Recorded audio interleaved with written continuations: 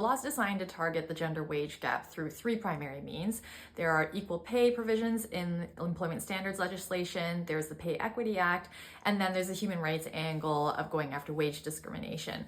But it turns out that those three things really only target a small fraction of the gender wage gap, and for the longest time we actually had no idea where upwards of 70% of the gender wage gap was coming from. That wasn't until recently when economic historian out of Harvard, Claudia Goldin, released her research, which actually won her a Nobel-prize.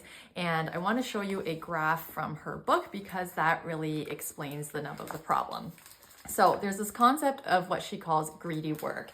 And you can see here there's a line that has a curve showing the greedy job that earns disproportionately more the longer they work, whereas the flexible job is just on a straight line. That means it's a straightforward job of X dollars per hour worked. And anybody who's a working professional will immediately recognize this greedy job line or curve right here.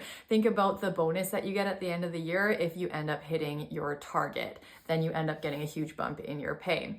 So where does this tie into the gender wage gap? Think about a heterosexual couple that has a young child, and that kid, of course, gets sick from time to time. Daycare calls the family to pick the kid up. It's just life, but it basically requires one of the parents to be on call all the time. So a family in that situation really has three options open to them on how careers are chosen between the two parents.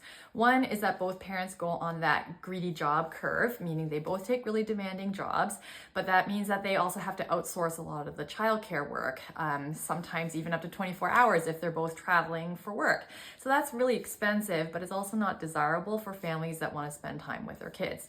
The other option is that both parents go on that flexible job line, which means that they end up leaving money on the table, but there is couple equity and they can both take turns taking care of the kid.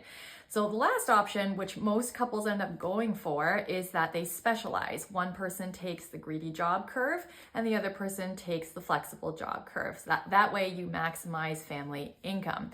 But you can guess who ends up specializing in which one, because gender norms end up driving the mom to take the flexible job in most cases.